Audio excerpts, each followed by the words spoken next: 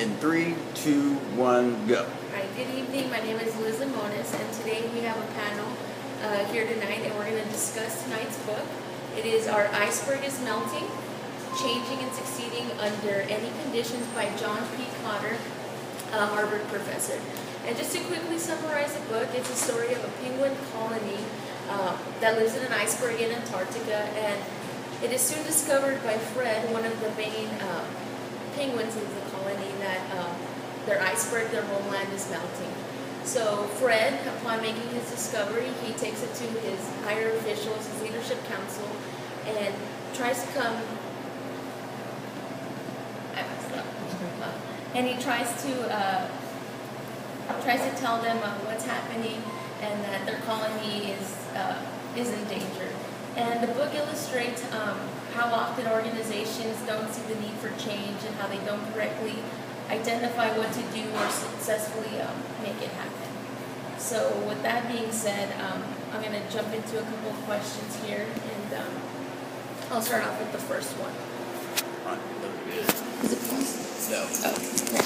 Oh, all right. So as the antagonist was No-No, fairly labeled as a naysayer, or did he have a justifiable reason? So, We'll start with you. my name is Michael Rodriguez for the record, and I think that they No-No had a justifiable reason to alert the penguins that there was a legitimate threat to the iceberg. Fred was contemplating telling everybody at once, and I think No-No had the right idea on saying, wait, hold up for a second, let's analyze the situation, get all the facts, and then we'll go from there. I think it's fair to label him as the antagonist of the story. I think he was named No-No for a reason, and I think he was always trying to shut things down before they got going, even if logic, reason, and data supported otherwise. He was much of a traditionalist and would oftentimes discount new ideas or something progressive in the name of traditionalism. Mr. Arrow?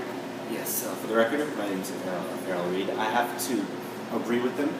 No-No, from the beginning, was straight up telling him no at his name. From the beginning, you could infer that he wasn't on board. He was a traditionalist. He was never going to be on board. Even Fred said they only had 2 months before the iceberg melted, and No-No wanted to wait until after the 2 months to even decide if they were going to do something. That doesn't make any logical sense, so I have to agree. Can I add one more thing to Sure. that too? I was remembering that, not only did he say no, and that impeded progress, but there was a point in the book where I think Buddy, who's one of the committee of 5, he had to kind of follow him around and basically keep talking to him about logic and reason for why they're doing what they're doing. They basically had to dedicate one other person's 24/7 around the clock to monitor No-No so he wouldn't mess up the project. Okay. Does anyone else have anything to add to Yeah, I that? just want to say why I think he had justifiable reason is because he can't lead his penguins out to the unknown world. I mean, the penguins could all die, so I think he really needed that data and analysis in order to move forward. So I think he did have a justifiable reason. All right, great answers. At one point of the book, No-No suggests that Lewis as a head... What? Okay. That Lewis, as a head penguin, it was solely his responsibility and duty to solve the problem that was going on with the ice melting. So with that said, overall, do you guys believe that Lewis was an effective leader in the group? Errol, we can start with you. I'm going to have to agree that he was an effective leader. The reason is because Fred was a junior level penguin. He had nothing to do with leadership council. He was able to go and present at the leadership council because Lewis allowed him to. Lewis also didn't just make the leadership council deal with the issue. He, I guess in a sense, contracted out. He let other people go and find an answer, and because of his effective leadership, they were able to save the colony. All right. Who would like to jump in next? Yeah, I definitely think I'll have to agree with my colleague on this one. I think he was an effective leader. He created vision and change. You know, there was definitely a problem with the iceberg, and he articulated that very well to the Leadership Council and was able to really show them the real problem, and he took an innovative way to approach that, and I think that displays a great leader. Very good answer. Yeah, and I think Lewis is a great leader because he was able to organize the Committee of Five, and what he did was, knowing that he couldn't tackle the project by himself, he looked for 5 individuals who had strengths and different strengths. So between the 5 of them, they could tackle different issues. And I think it's very important in leadership to try to build a team that has a lot of strengths and can succeed, making the team look good.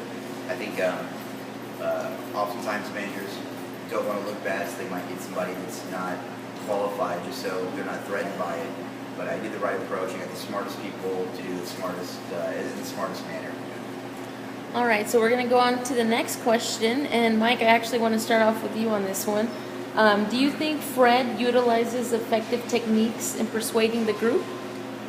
You know, I think this goes along with being a leader. You have to be persuasive. So I think, yes, he did. He was able to persuade the Leadership Council, like I said before, and realizing the real problem of the iceberg melting and the problem that the water will be in the cave inside of the iceberg, eventually cracking the entire iceberg and endangering all the penguins. So I think that he was able to successfully persuade the Leadership Council. Who would like to respond next? I would have to agree with my colleague that through the use of different forms of media, he was able to persuade the Leadership Council. First off, Allison, he was able, through knowing that she was authoritative, she wanted to see results, he swam down there and showed her what the melting is doing to the iceberg. Then, instead of using technical jargon, when he went to the actual council meeting, he created a demonstration showing, and then when there still was doubt, he showed the experiment of the glass bottle freezing. Through that, and not using a lot of jargon and charts and graphs, he was able to persuade the council. And what would be your response? I think he was effective. I think he had enough self-realization to realize where he was in the colony. He was able to realize that he was just an average penguin, and he wasn't a part of the council. None of his family was, and he was just a regular guy. So he was able to use tools and resources around him, being influential people and easy to understand visual aids to help explain his message, and get the right stakeholders involved to push his cause. Okay. Anyone else would like to add anything? All right.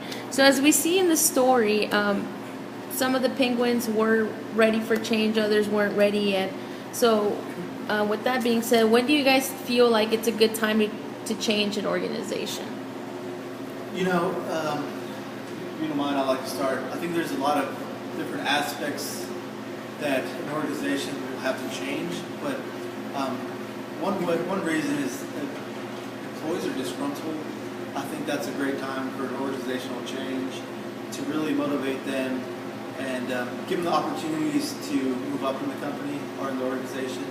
So I think that's one factor, is that we want to keep the employees happy. So if they're disgruntled and everybody's not achieving their expectations, I think we have to make a change in organization, maybe create a step approach where they have ability to move up in the company.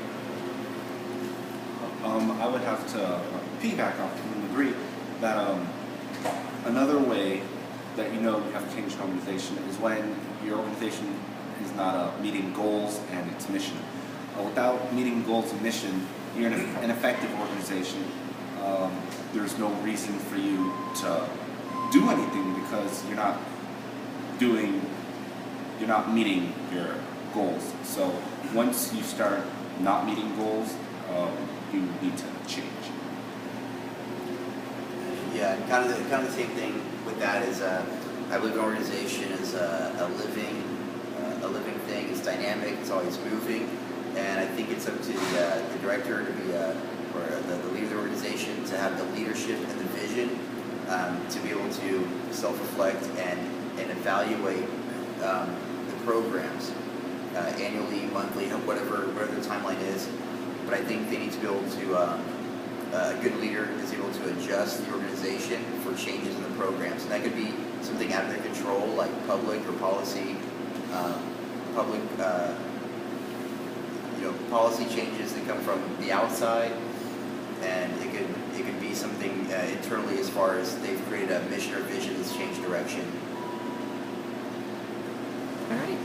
So lastly, I want to conclude with this one last question for you gentlemen. How did the group empower young penguins to contribute?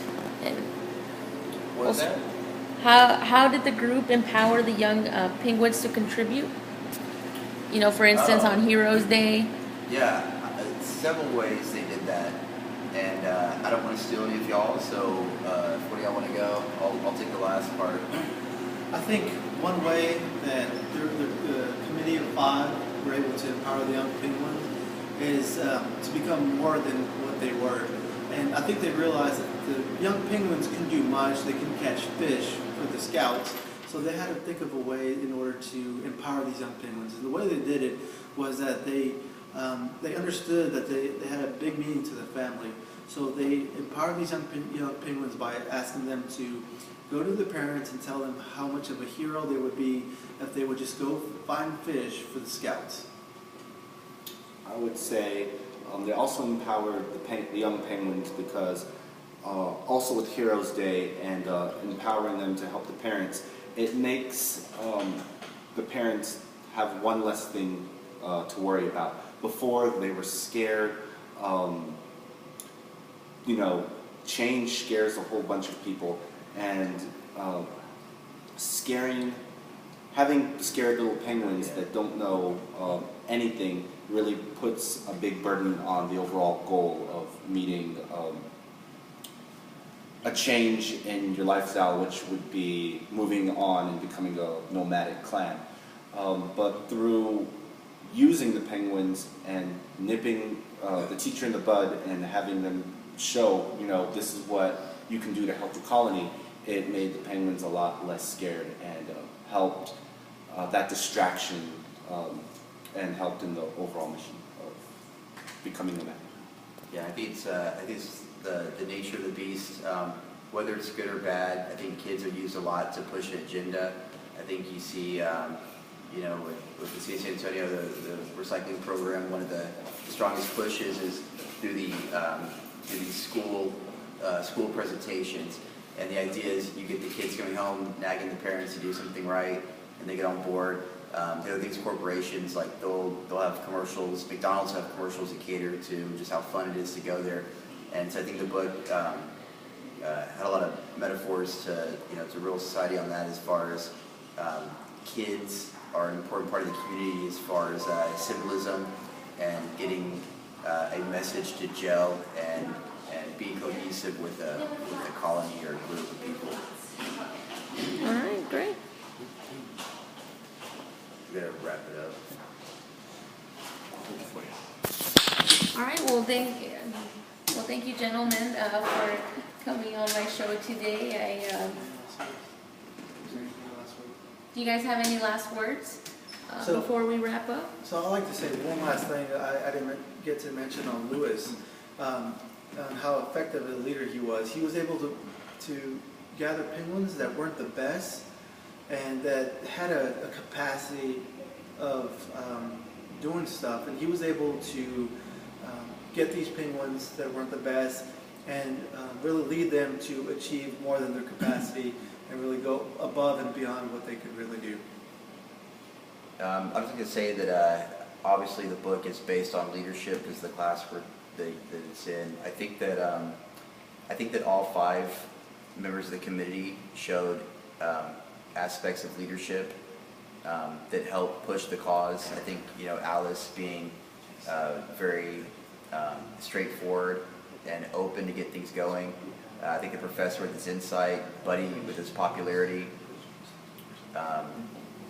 and Fred with his resourcefulness and I guess intuitiveness to get things going. So I think leadership doesn't necessarily reflect a position, but it just reflects the ability to motivate and move a group of people.